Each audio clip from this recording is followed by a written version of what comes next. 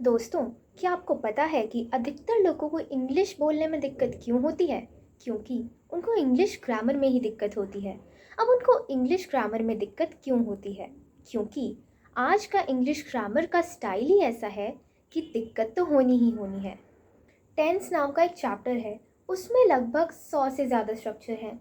Voice नाम का एक दूसरा चैप्टर है, जिसमें लगभग 150 स्ट्रक्चर हैं। सिर्फ 2 चैप्टर में 250 स्ट्रक्चर याद करना हो तो ये कोई मामूली बात नहीं। ऊपर से अनगिनत रूल्स एंड थियोरीज की बाढ़ कम नहीं होती। और तो और इंग्लिश में एक अजीब सी बात है, रूल एक होता है और एक्सेप्शन 4। अगर वर्ड पावर स्ट्रॉन्ग करना है तो एकदम बोरिंग मेथड से रटते रहो, बोलते रहो, रटते रहो, बोलते रहो, यही चलते रहता है ना?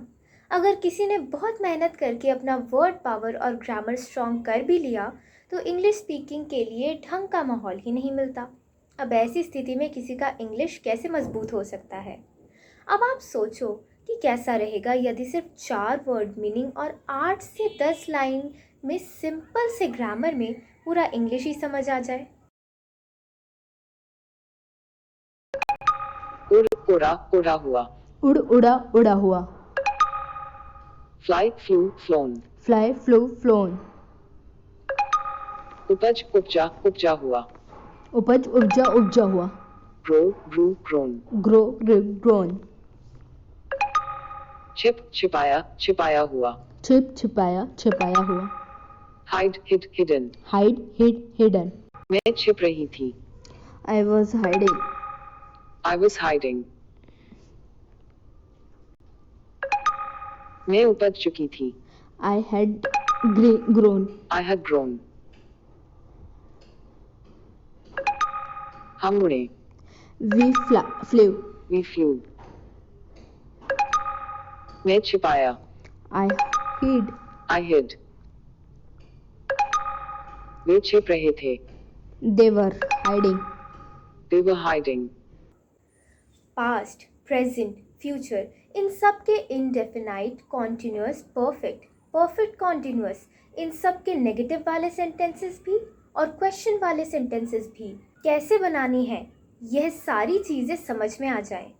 सिर्फ 4 वर्ड मीनिंग और 8 से 10 लाइन के सिंपल से ग्रामर में अगर आपको ये पूरा का पूरा टेंस समझ में आ जाए तो कैसा रहेगा? सिर्फ एक वर्ड मीनिंग को समझकर जिसमें आपको मुश्किल से 5 से 10 मिनट लगेगा, जिसमें आपको पूरा एक्टिव वॉइस, पैसिव वॉइस पूरा समझ में आ जाए तो कैसा रहेगा?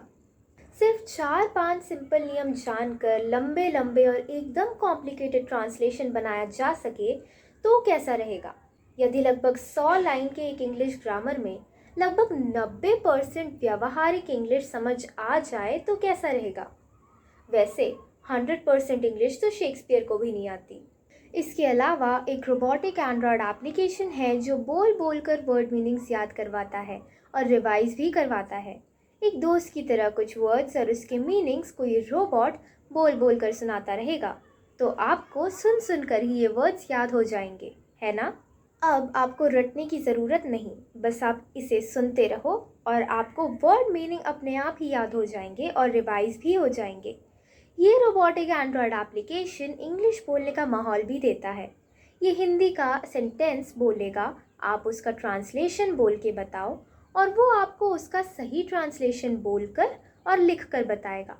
फिर उसके तुरंत बाद ये दूसरा हिंदी का सेंटेंस देगा जिसे आपको बोल के ट्रांसलेट करना है और इसी तरह से ये लगातार हिंदी का सेंटेंस देता रहेगा और आप उसे बोल बोल कर ट्रांसलेट करते जाएं और ये रोबोट आपका ट्रांसलेशन सही है या गलत ये बताता जाएगा।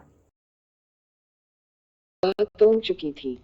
She had broken. She had broken. तुम मिलते आ रहे थे। You had been You had been meeting. meeting.